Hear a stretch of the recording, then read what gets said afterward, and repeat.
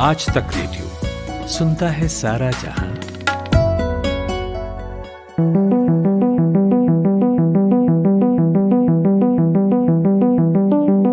भारत और ऑस्ट्रेलिया के बीच test series चल रहा है। 3 मैच खेले जा चुके हैं। टेस्ट सीरीज 1-1 की बराबरी पर है और जिस तरीके से टीम इंडिया ने तीसरे टेस्ट मैच में अपना प्रदर्शन किया है, जिस तरीके से बल्लेबाजी की है और जिस तरीके से मैच बचाया है, बहुत लोग इस ड्रॉ को भी जीत से कम नहीं मान रहे। हमने जहां से इस टेस्ट सीरीज की शुरुआत की थी और आज हम जहां खड़े हैं तीसरे टेस्ट मैच के बाद, हमने बहुत कुछ देखा। हम पहले हारे, फिर जीते, फिर हमने ड्रॉ देखा।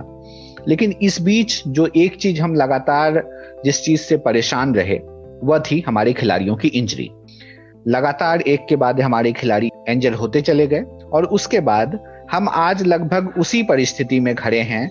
हमारे पास टीम सिलेक्शन के लगभग वही ऑप्शंस मौजूद हैं जो हमारे पास पहले टेस्ट मैच में थे।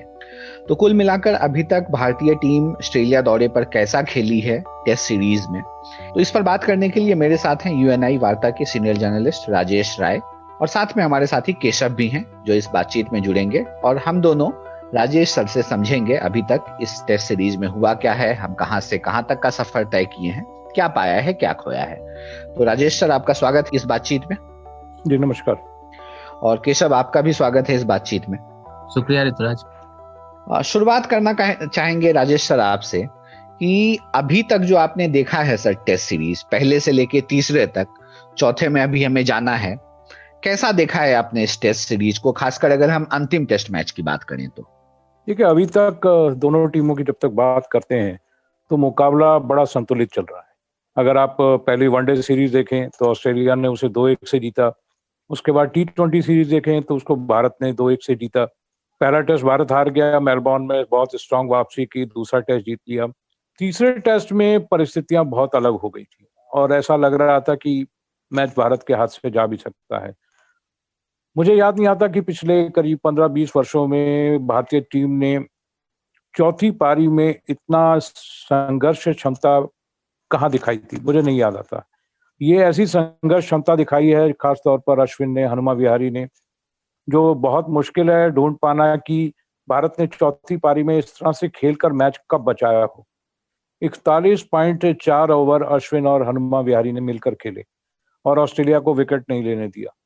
तो ये दर्शाता है कि टीम के अंदर में, टीम में आप एक मान सकते हैं कि लड़ने की जो क्षमता है वो पहले से कहीं ज्यादा हो गई। आप एडिलेड के उस टेस्ट में जाएं जब भारत 36 रन पर आउट हो गया था, बहुत से लोगों ने बहुत सवाल उठाए। खैर, मैं भी मानता हूं कि वो एक खराब प्रदर्शन था, लेकिन ऐसा खराब प्रदर्शन किसी टीम के साथ कभी भी किसी दिन हो सकता है और शायद उस दिन ऑस्ट्रेलिया की जो बॉलिंग थी वो वन ऑफ द बेस्ट थी। अगर आप देखें ऑस्ट्रेलिया की उस बॉलिंग के सामने शायद कोई भी टीम जाती तो वो कम स्कोर पर आउट हो सकती थी। वो एक इंडिया के लिए भी बहुत खराब दिन था कि 36 रन पर जो उनका ऑल टाइम लोएस्ट स्कोर है उस पर टीम आउट हो गई और उसके बाद उस मैच को 8 विकेट से हारना पड़ा। लेकिन जिस तरह से बॉक्सिंग डे टेस्ट में इंडिया ने मेलबोर्न में वापसी की और 8 विकेट से उस मैच को जीता, वो वाकई काबिले तारीफ था। लेकिन अगर आप इन दोनों टेस्ट में देखें तो पहले टेस्ट के बाद मोहम्मद शमी इंजर्ड हुए, वो बाहर हो गए। मेलबोर्न में जब दूसरा टेस्ट समाप्त हुआ तो उमेश यादव इंजर्ड हो गए, वो बाहर हो गए। अब आते हैं तीसरे टेस्ट सिडनी में, जहां सिडनी में पिछले 42 साल में भारत ने कोई टेस्ट नहीं जीता था। आखिरी और एकमात्र बार जो भारत ने टेस्ट जीता वो 1978 में था। उसके बाद से भारत कभी कोई टेस्ट सिडनी में नहीं जीत पाया था। हाँ, पिछला जो दौरा हुआ था 2018-19 का, उसमें भारत ने पहली पारी में 600 से ऊपर रन बनाए थे। उसमें पुजारा के 193 थे, ऋषभ पंत ने नॉट आउट 159 बनाए थे। ऑस्ट्रेलिया को बारिश ने बचा लिया था। चौथे दिन के चौथे सेशन में बारिश हुई और 5वां दिन पूरा वॉश आउट हो गया, नहीं तो भारत उस पिछले टूर में ही सिडनी में मैच जीत जाता। अब इस वाले मैच की तरफ अगर आते हैं तो यहाँ भी स्थितियां कोई बहुत अच्छी नहीं थी। आपके 2 फ्रंट लाइन जो फास्ट बॉलर्स थे वो बाहर हो चुके थे। लोकेश राहुल खैर दोनों टेस्ट में खेले नहीं थे, लेकिन कलाई में चोट की वजह से वो भी टूर से बाहर हो गए, उन्हें भी लौटना पड़ गया। तो जो आपका बॉलिंग का संतुलन था वो थोड़ा सा गड़बड़ाया हुआ था और इसमें परेशानी तब बढ़ जाती है जब आपके दूसरी पारी में पहली पारी में रविंद्र जडेजा जो हमारे शीर्ष ऑलराउंडर हैं, उनके अंगूठे में चोट लगती है, वो ऑलमोस्ट बाहर हो जाते हैं। ऋषभ पंत, उनको भी उनकी बाजू में चोट लगती है, वो भी इंजरी के शिकार होते हैं। अब दूसरी पारी में जब आते हैं तो दूसरी पारी में परिस्थितियां आप देखिए कि 5 विकेट आउट हो चुके हैं, आखिरी दिन का खेल है। सुबह के सत्र में कप्तान अजिंक्य रहाणे आते हैं और आने के साथ ही चले जाते हैं। उसके बाद एक पार्टनरशिप बिल्ट होती है पुजारा और पंत के बीच में, 148 रन की पार्टनरशिप। तो वो पार्टनरशिप बताती है कि ऑस्ट्रेलिया का जो हवा बना हुआ था भारतीय टीम पर, उसको किस कदर इन दोनों खिलाड़ियों ने दूर किया। खासतौर पर आप पंत को देखें, उन्होंने जिस अंदाज में ऑस्ट्रेलियाई बॉलर्स को पीटा है, खैर उसमें योगदान ऑस्ट्रेलिया के कप्तान टिम पेन का भी है, जिनके हाथ से कैच बार बार छिटकते रहे। खेल का हिस्सा है, कैच छूट भी जाते हैं, लेकिन उसकी जो हताशा टिम पेन पर आती है वो बाद में आती है जब वो अश्विन को कुछ ना कुछ कमेंट करते रहते हैं विकेट के पीछे से। तो ये दर्शाता है कि आखिरी दिन ऑस्ट्रेलियाई जो बॉलर्स थे और ऑस्ट्रेलियाई जो टीम थी, सुबह के एक रहाणे के विकेट को छोड़ दिया जाए तो पूरे दिन ऑस्ट्रेलियाई टीम को स्ट्रगल करना पड़ा। पार्टनरशिप पुजारा और पंत ने की, उसके बाद जम गए अश्विन और हनुमा विहारी। अश्विन को पसलियों में चोट लगी, कुछ शॉर्ट पिच बॉल उनके पसलियों में आके लगी, वो चेस्ट गार्ड पहन के खेले। सिंगल लेते वक्त हनुमा विहारी को हैमस्ट्रिंग चोट आ गई, उन्हें भी परेशानी हो रही थी क्योंकि उनका कोई मूवमेंट नहीं था, सिंगल ले नहीं सकते थे, लेकिन उनको क्रीज पर खड़े होकर ही खेलना था। ऑस्ट्रेलियाई बॉलर्स ने बहुत कोशिश की कि उनको मूवमेंट के लिए मजबूर करें कि वो अपने पैर को चलाएं और विकेट अपना गंवाएं, लेकिन हनुमा विहारी ने क्रीज पर रहते हुए हर गेंद का सामना किया। जो बाउंसर्स आई, जो शॉर्ट पिच आई, उसको उन्होंने वहीं पर दबाया और पूरी कोशिश की कि बाहर जाती हुई गेंद के साथ कोई अनावश्यक छेड़खानी न करें, अपनी जगह पर रहें। और खासतौर पर अश्विन को आप देखिए, जिस तरह से ऑस्ट्रेलिया के जो ऑफ स्पिन नाथन लियोन है, वो फुट मार्क्स जो थे उसका इस्तेमाल करने की कोशिश कर रहे थे कि वहां से टर्न मिले तो और 5 फील्डर लगाकर वो आसपास बॉलिंग कर रहे थे और टर्न मिले और उसके बाद वो कैच निकालने की कोशिश कर रहे हैं। लेकिन अश्विन ने फ्रंट फुट पर जाकर बॉल को वहीं दबाया है। बैकफुट पर जब भी खेलने गए हैं, उन्होंने बॉल को उछलने नहीं दिया, बॉल को वहीं क्रीज पर अपने पैरों के सामने दबाया। तो ये जो स्ट्रेटेजी इंडियन बैट्समैन की रही, खास तौर पर इन दोनों बैट्समैन ने 41.4 ओवर जिस तरह से उन्होंने निकाले, उसके बाद 5वां विकेट जब पुजारा 272 पर आउट हुए थे, उसके बाद 41.4 ओवर निकालना अपने आप में तारीफ की बात है। और जो मैच ड्रॉ कराया, और उसके बाद कप्तान रहाणे ने बिल्कुल सही कहा कि ये जो ड्रॉ है किसी भी तरह से जीत से कम नहीं है, तो तारीफ करनी पड़ेगी। और मुझे लगता है कि बेशक जडेजा अब चौथे टेस्ट से बाहर हो गए हों, जसप्रीत बुमराह की भी परेशानी है कि वो भी हो सकता है चौथे टेस्ट में ना खेल पाए। इंजरी लिस्ट जो इंडिया की है, जो जिसका जिक्र आप कर रहे हैं, वो लगातार बढ़ती जा रही है, लेकिन जो टीम का हौसला है, जो टीम का मनोबल है, जो टीम का जज्बा है, वो नहीं टूटा है।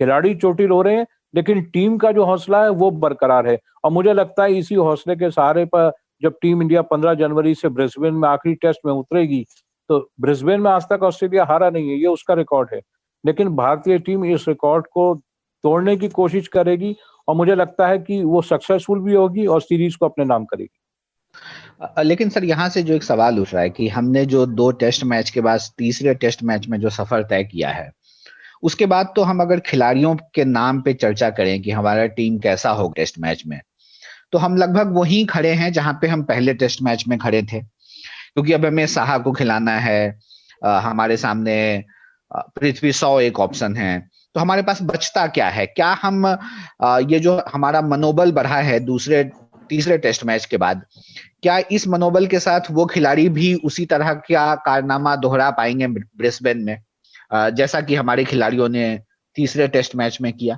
नहीं, क्यों नहीं कर सकते? देखिए, इसमें कोई परेशानी वाली बात नहीं है। अगर आप थोड़ा सा चौथे दिन के खेल की तरफ जाइए, रोहित शर्मा का विकेट 31वें ओवर में गिरा था और उसके बाद 34 ओवर के बाद दिन का खेल समाप्त हो गया था। मान लीजिए अगर रोहित शर्मा उस सेशन में आउट नहीं होते और अगले दिन खेलने उतरते, तो ऑस्ट्रेलिया की भी परेशानी हो जाती कि मैच को बचाए कैसे, जिस अंदाज में रोहित शर्मा खेल रहे थे।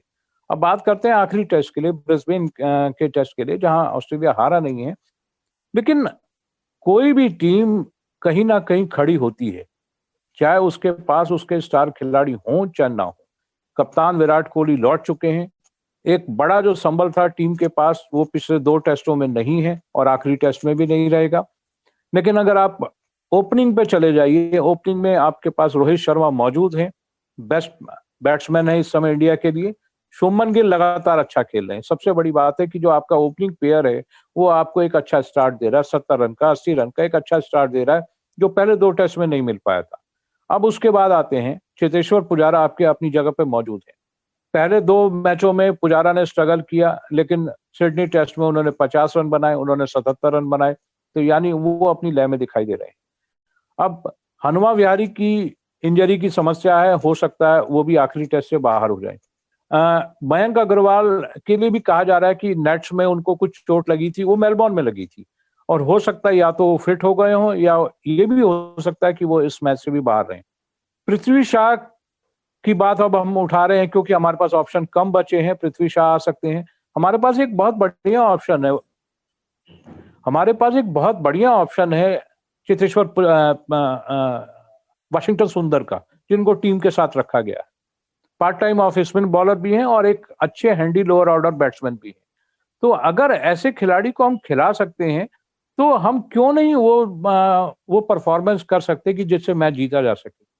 ठीक है, ये बात भी है कि जसप्रीत बुमराह इस मैच में नहीं खेल पाएंगे, बहुत चांसेस हैं कि वो नहीं खेल पाएंगे।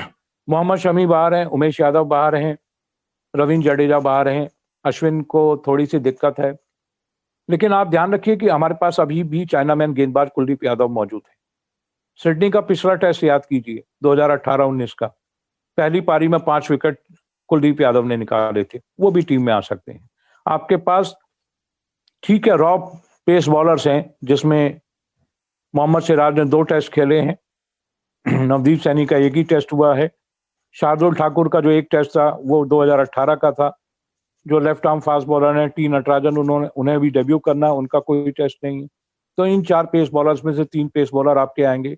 अगर अश्विन, क्योंकि उनकी पसलियों की चोट है, ज्यादा मेरे ख्याल से समस्या नहीं होनी चाहिए, वो अपनी बॉलिंग करेंगे, अश्विन आ जाएंगे, आप कुलदीप को ला सकते हैं, तो आपके पास एक ये 5 बॉलर्स का अटैक रहेगा।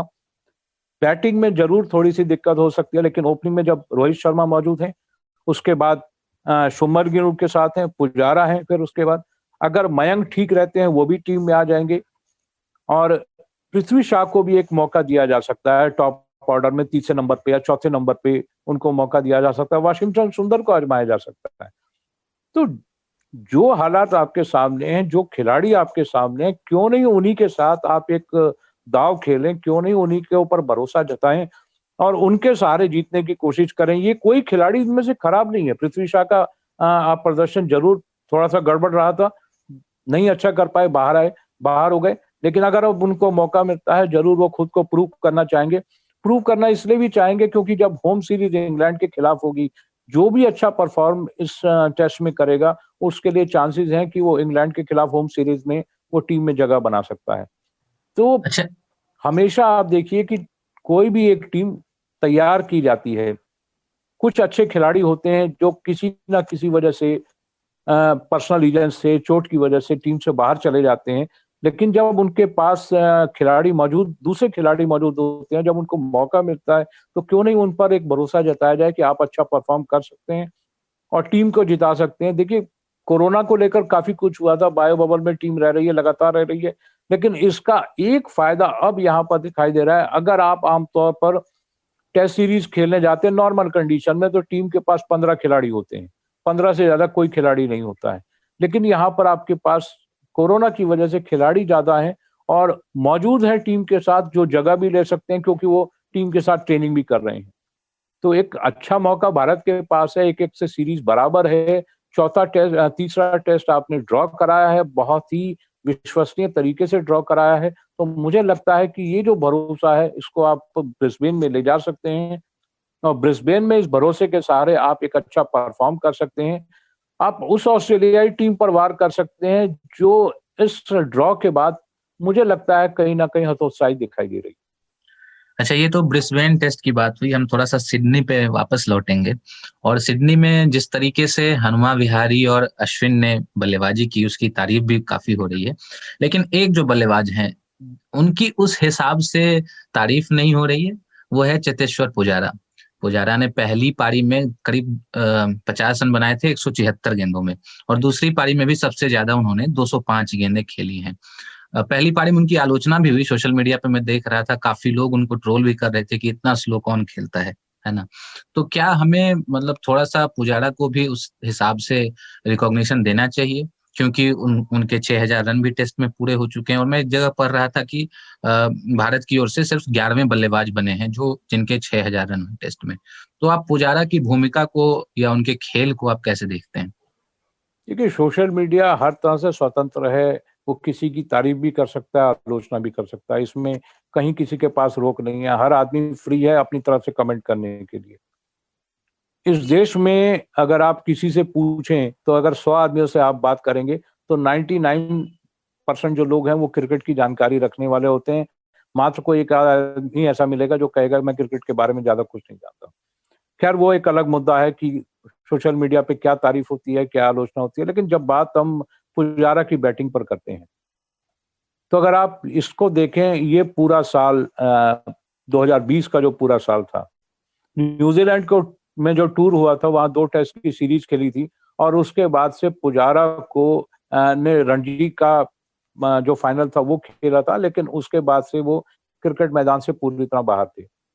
बीसीसीआई आईपीएल के लायक पुजारा को नहीं समझता है। अगर बीसीसीआई चाहता है कि ये जो क्रिटिसिज्म होते हैं कि पुजारा इतना स्लो क्यों खेलते हैं, तो बीसीसीआई को भी कोशिश करनी चाहिए ना कि किसी आईपीएल टीम में इस खिलाड़ी को रखें कि ताकि वो अपनी रन गति को तेज करना सीख पाए। सवाल ये है कि टीम के जो हालात हैं और उस हालात के हिसाब से पुजारा अपने खेल को एडजस्ट करते हैं, उसको उसी अकॉर्डिंगली खेलते हैं। आप किसी खिलाड़ी की एक आलोचना कर सकते हैं कि वो इतना स्लो कैसे खेलता है, लेकिन आप टीम के हालात को तो देखिए। आपके पास ऊपर 2 बैट्समैन जो ओपनर हैं, उसमें एक यंग प्लेयर है जो अभी लंबी पारी नहीं खेल पाता है। वो 30-40 रन तक पहुंचता है, गिल 30-40 तक पहुंचते हैं, लेकिन उसके बाद आउट हो जाते हैं।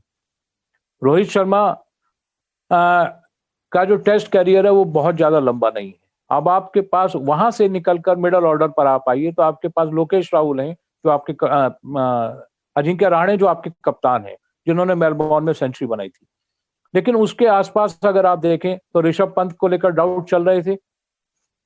ऋषभ पंत निकल जाते हैं तो रविंद्र जडेजा जब खेलते हैं तो जडेजा अच्छे बैट्समैन हैं, लेकिन वो एक बहुत बड़ी पारियां नहीं खेल सकते। हाँ, आपकी टीम को संभाल जरूर सकते हैं, एक अच्छा स्कोर निकालने में मदद कर सकते हैं। तो इस पूरे आप बल्लेबाजी क्रम में पुजारा की भूमिका को देखिए, समझिए कि क्या जरूरी है, कि वो क्यों इतना टिक कर खेलते हैं, क्यों बॉल खराब करते हैं।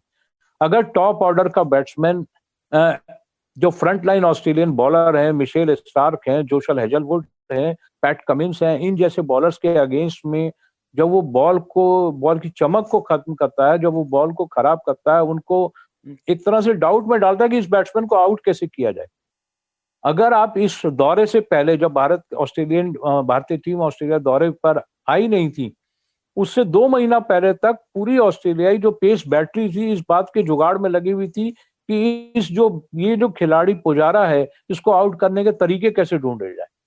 पिछला जो दौरा था उसमें मैन ऑफ द सीरीज रहे थे Pujara, man of the series रहे थे। 3 सेंचुरी बनाई थी उन्होंने, ऑस्ट्रेलिया में उन्होंने 193 रन की इनिंग खेली थी। तो उनका जो टारगेट था कि इस खिलाड़ी को आउट करने का तरीका ढूंढा जाए और ये देखा जाए कि इसकी जो डिफेंस है उसमें सेंध कहाँ लगाई जा सकती है। तो पुजारा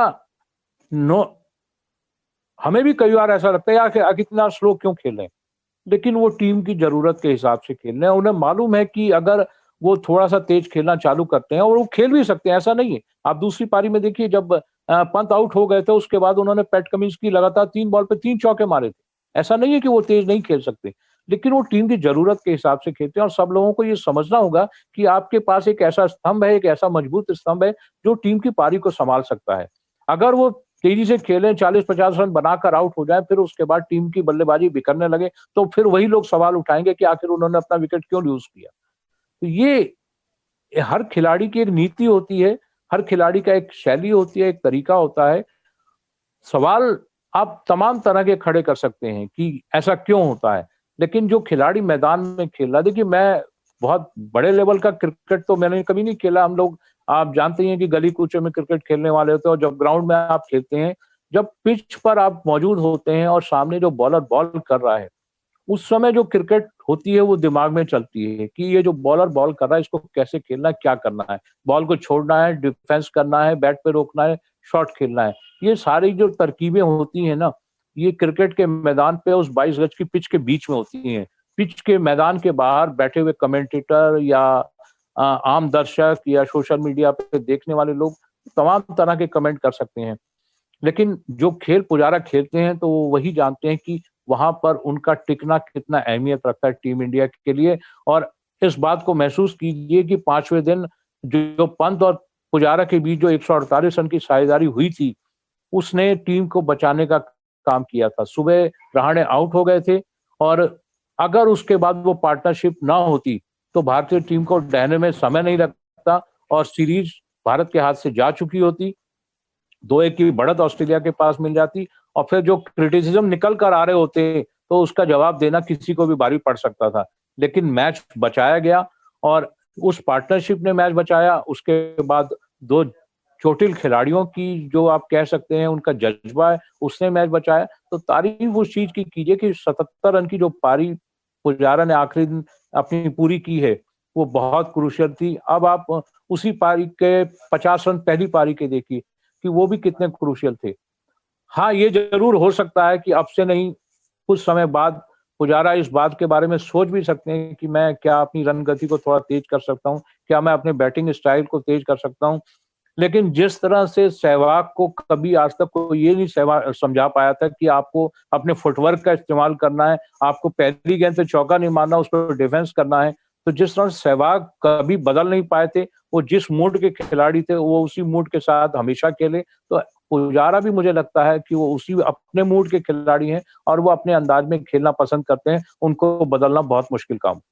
मतलब हर खिलाड़ी का एक जो है अपना अंदाज होता है, और वो पुजारा का बिल्कुल एक अपना अपना अंदाज अंदाज होता है, है, वो उसी अंदाज में अपना एक खेलता है। तरीका है, और वो उसी तरीके से खेल रहे हैं। एक सवाल सर पुजारा को लेकर मेरा भी है कि तीसरे टेस्ट मैच को ड्रॉ कराने के बाद जितनी तारीफ अश्विन की हुई, हनुमा विहारी की हुई, क्या पुजारा के साथ थोड़ा इनजस्टिस हो गया कि उन्हें जितना क्रेडिट मिलना चाहिए था उतना मिल नहीं रहा है, या उतना दिया नहीं गया? खासकर बाहर टीम में तो खैर मिला ही होगा, बाहर जो लोगों के ध्यान में आया वो अश्विन और हनुमा विहारी तो आ गए, लेकिन पुजारा कहीं पीछे छूट गए। नहीं नहीं, बिल्कुल नहीं, मैं इस बात से कहीं इत्तेफाक नहीं रखता है। अब पुजारा ने जो किया है, मैं फिर वही बात दोहरा रहा हूँ कि सुबह वो 148 रन की पार्टनरशिप ना हुई होती तो भारत दूसरे सत्र में जाते जाते मैच हार जाता।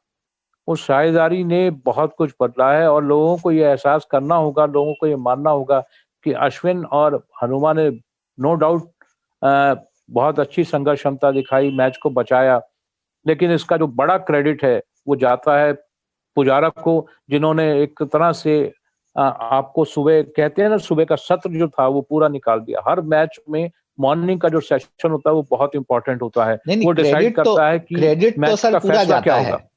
मैं कह रहा हूं कि क्रेडिट तो पूरा जाता है राजेश जी उनको, लेकिन क्या उतना मिल रहा है उन्हें क्रेडिट जितना उन्हें जाना चाहिए था? मुझे नहीं लगता कि पुजारा इन बातों की परवाह करते। हाँ वो ठीक अपने है। किस्म के प्लेयर हैं, उनकी सेहत पे इस बात का कोई फर्क नहीं पड़ता कि उनको क्रेडिट दिया जाता है या नहीं दिया जाता है। जैसा अभी कहा भी आपने कि 11वें खिलाड़ी हैं, 6000 रन पूरे कर चुके हैं, तो लोग देखते रहे, सोचते रहे, क्रिटिसाइज करते रहे कि ये खिलाड़ी धीमा खेलता है। लेकिन धीमा खेलता होता तो 6000 रन पूरे नहीं होते, अभी कहीं 3-4 हजार रन पर अटके हुए होते। 6000 रन पूरे कर चुके हैं, और अगला टेस्ट है जिसमें वो गुंडप्पा विश्वनाथ को पीछे छोड़ सकते हैं। 6030 रन पुजारा के हैं, और 6080 रन जो ग्रेट गुंडप्पा विश्वनाथ के हैं, उनको वो पीछे छोड़ के आगे भी निकल सकते हैं। तो ठीक है। खिलाड़ी आमतौर, मैं आपको एक थोड़ा सा उदाहरण पुराना देना चाहता हूँ। हम जी लोगों की आदत थोड़ी सी बिगड़ी हुई है, हम लोग उस खिलाड़ी को वो क्रेडिट नहीं दे पाते हैं जो बेसिकली उसको मिलना चाहिए। लेकिन कई मैच ऐसे हुए हैं जब खिलाड़ी को क्रेडिट दिया जाता है। मुझे याद है कुछ साल पहले की बात है, चेन्नई में इंडिया और इंग्लैंड का मैच था, और मुझे एग्जैक्ट तो नहीं कह सकता, लेकिन 375 के आसपास का टारगेट इंग्लैंड ने इंडिया को दिया चेन्नई में, और एक लास्ट सेशन का गेम बाकी था और नेक्स्ट डे का गेम बाकी था। उस लास्ट सेशन में सहवाग ने आकर 80 प्लस रन मार दिए और अगले दिन सचिन ने सेंचुरी मारी और भारत ने वो मैच जीत लिया। अब आप सोचिए कि सचिन ने सेंचुरी मारी, भारत ने मैच जीता, लेकिन मैन ऑफ द मैच कौन बना था? Man of the match Sehwag बने थे, क्योंकि उन्होंने एक मैच विनिंग नॉक जो था वो चौथे दिन के आखिरी सेशन में खेल रहा था, जिसके बाद जो अगले दिन टारगेट था वो भारत के लिए कम हो गया था। तो यही बात यहाँ भी अप्लाई होती है। जो पार्टनरशिप पंत के साथ पुजारा ने की, उन्होंने पंत को खुलकर खेलने का मौका दिया कि आप अपने शॉट्स खेल सकते हैं, प्रेशर लेने की जरूरत नहीं है, प्रेशर लेने के लिए मैं एक एंड पर मौजूद हूं। और जिस तरह का नॉक पुजारा ने खेला है वो 77 का, वो वास्तव में वही नॉक था जिसने मैच को बचाया है। उस नॉक ने, उस पारी ने अश्विन को, हनुमा विहारी को ये हौसला दिया कि आप मैच बचा सकते हैं, क्योंकि आधा दिन पुजारा निकाल चुके थे और बचा हुआ आधा दिन इन दोनों खिलाड़ियों ने निकाला है। तो क्रेडिट अगर उनको नहीं मिल रहा है तो मैं सबसे अपील करूंगा कि आप पुजारा को क्रेडिट दें कि जिस तरह की पारी उन्होंने खेली है वो बहुत ही इंपॉर्टेंट थी उस मैच के हालात पे, और खासतौर पर ये देखते हुए कि जब सुबह गेम स्टार्ट हुआ था तो रहाणे आने के साथ ही दूसरे ओवर में आउट हो गए। अच्छा सर, एक सवाल मैं यहाँ ऐड करना चाहूंगा। ब्रिस्बेन टेस्ट के लिए जो भारत की टीम होगी उसमें कई बल्लेबाज चोटिल हो गए हैं, और क्या ऐसा कुछ किया जा सकता है, ये कॉम्बिनेशन में बता रहा हूँ, आप बताएंगे इस पे आगे, कि ऋषभ पंत को बतौर बल्लेबाज, स्पेशलिस्ट बल्लेबाज खिलाया जाए अगर वो फिट होते हैं, और रिद्धिमान साहा को भी एक बार फिर से मौका दिया जाए, क्योंकि मध्यक्रम और निचले मध्यक्रम में वो बल्लेबाजी करते रहे हैं रिद्धिमान साहा, और उनको इस तरीके से मौका भी नहीं मिला, एक ही मैच खेल पाए और उसके बाद ड्रॉप कर दिए गए। तो आपकी नजर में क्या है, ऐसा किया जा सकता है, किया जाना चाहिए? वो सबसे पहला ये देखना इंपॉर्टेंट होगा कि जो पंत की फिटनेस है वो क्या कहती है। ये सारी चीजें उस चीज पर डिसाइड करेंगी कि अगर पंत फिट है तो मैं इस बात से सहमत हूं कि पंत को एज ए बैट्समैन खिलाया जाए, साहा को एज ए विकेट कीपर खिला दिया जाए। आप देखिए, जो दूसरी पारी में पंत इंजर्ड हो गए थे और उसके बाद वो उन्होंने विकेट कीपिंग नहीं की थी, साहा विकेट कीपिंग करने आए थे और उन्होंने 4 कैच पकड़े थे, विकेट के पीछे 4 कैच उन्होंने ऑस्ट्रेलिया के निकाले थे। तो यहाँ एक कॉम्बिनेशन आप क्यों नहीं बना सकते? ये जरूरी नहीं है कि अगर टीम में 2 विकेट कीपर हैं तो एक विकेट कीपर ही खेलेगा, दूसरा बाहर बेंच पे बैठ के देखेगा कि अगर वो इंजर्ड हो तो मेरा नंबर आएगा, वरना मैं बाहर बैठा हुआ हूं। ऐसा नहीं है। आप पंत को एज ए बैट्समैन खिला सकते हैं, और ये ऐसी अभूतपूर्व परिस्थितियां हैं जहां पर आप वो प्रयोग कर सकते हैं। लेकिन सवाल वही है कि जो खिलाड़ियों की चोट है, क्योंकि देखिए बहुत ज्यादा समय नहीं है, 15 तारीख से मैच स्टार्ट होना है, एक लंबा गैप यहाँ मिला नहीं। अगर सप्ताह भर का गैप भी होता तो भी खिलाड़ियों के लिए फिटनेस वापस हासिल करना मेरे ख्याल से संभव हो सकता था, लेकिन गैप कम है और मैच 15 तारीख से स्टार्ट होना है। तो ये जरूरी है कि हम देखें कि पंत की फिटनेस क्या है, अश्विन की फिटनेस क्या है, मयंक अग्रवाल की फिटनेस क्या है। अगर इन 3 खिलाड़ियों की फिटनेस इजाजत देती है कि ये फिट है और टीम का जो एक कोर ग्रुप है वो अलाउ करता है कि हाँ ये खिलाड़ी खेल सकते हैं, तो निश्चित रूप से आप अश्विन को भी उतारें। और जडेजा तो खैर बाहर ही हो गए हैं, उनकी जगह चाइनामैन बॉलर जो कुलदीप यादव है अब तक पूरे दौरे पर बाहर बैठे रहे हैं, मतलब टेस्ट सीरीज में बाहर बैठे रहे हैं, उन्हें एक मौका दें कि वो अपनी गेंदों का कमाल दिखा सकें। और मयंक अग्रवाल अगर फिट दिखाई देते हैं तो उनको वापस लाया जा सकता है।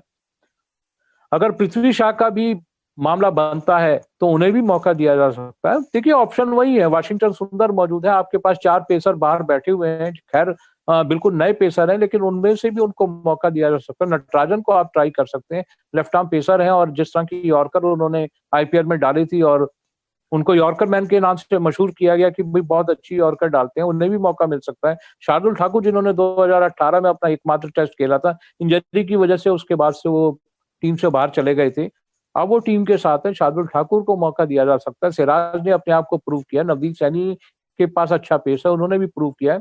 तो जो आपके पास फिट खिलाड़ी है, मुझे लगता है कि आप 11 फिट खिलाड़ी, देखिए बहुत इंपॉर्टेंट ये है कि 11 फिट खिलाड़ी ही मैदान में उतरने चाहिए, चाहे उसमें कोई नवोदित हो, चाहे नया हो, या जिसके पास एक्सपीरियंस ना हो। ऑस्ट्रेलिया ने जुआ खेला था अनफिट डेविड वार्नर को तीसरे टेस्ट में खिलाने का, आप नतीजा देखिए, डेविड वार्नर दोनों पारियों में बहुत कम रनों पर आउट हो गए थे।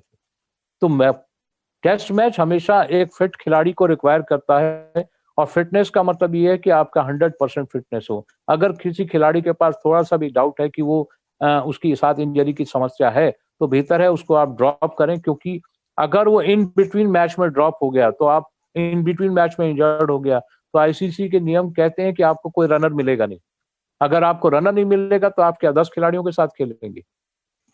ये सवाल वही है कि जब पूरी तरह से अगर फिट खिलाड़ी आपके पास मौजूद है, उनको उतारिए। और मुझे नहीं लगता कि एक अनफिट खिलाड़ी को मैच में उतारना, ब्रिस्बेन जैसा मैच जो सीरीज को डिसाइड करने वाला है, भारत के लिए जोखिम भरा हो सकता है। तो मैं मानूंगा कि पूरा जो टीम मैनेजमेंट है वो ये देखे कि उनके पास ब्रिस्बेन के लिए 11 फिट खिलाड़ी मौजूद हैं, और जो 11 फिट खिलाड़ी मौजूद हैं उन्हें आप उतारिए, उन पर एक दाव खेलिए, निश्चित रूप से वो 11 फिट खिलाड़ी आपको मैच जिताएंगे। हाँ, टेस्ट मैच 5 दिनों का होता है, एक लंबा समय होता है, आपको बहुत सारे सेशन खेलने होते हैं, और ऐसे में अगर कोई पहले या दूसरे दिन इंजरी के कारण बाहर हो जाता है तो आपको फिर अगले 3 से 4 दिनों का नुकसान झेलना पड़ सकता है। यही टेस्ट क्रिकेट की खासियत है। टेम्परामेंट भी देखा जाता है, फिटनेस भी देखा जाता है, और खैर काबिलियत तो है ही। हमारे साथ वरिष्ठ पत्रकार राजेश राय थे, हमारे साथी केशव भी थे इस बातचीत में। हमने टीम इंडिया का जो ऑस्ट्रेलिया दौरा है उसमें एक मैच बचा है, और जो जिस तरीके से तीसरे टेस्ट मैच में भारत ने खेला है उस पर बात की। हमने जब टेस्ट मैच की शुरुआत की थी, टेस्ट सीरीज की शुरुआत की थी, तब हम कहाँ खड़े थे और हम तीसरे टेस्ट मैच के बाद कहाँ खड़े हैं, राजेश जी ने इसे भी समझाया। और चौथे टेस्ट में हमें क्या करने की जरूरत है, या हमें किन चीजों को देखना चाहिए, किन चीजों को नजर में रखना चाहिए, इस पर भी बात हुई। तो राजेश जी हमारे साथ जुड़े, हमारे साथी केशव थे हमारे साथ। आप दोनों का बहुत बहुत शुक्रिया इस बातचीत में जुड़ने के लिए, इस पॉडकास्ट में जुड़ने के लिए। आप आज तक रेडियो सुन रहे थे। मेरा नाम ऋतुराज है। अगर किसी तरह का सुझाव या शिकायत है तो आप हमें लिख सकते हैं। हमारा ईमेल पता वही है, radio@aajtak.com। शुक्रिया।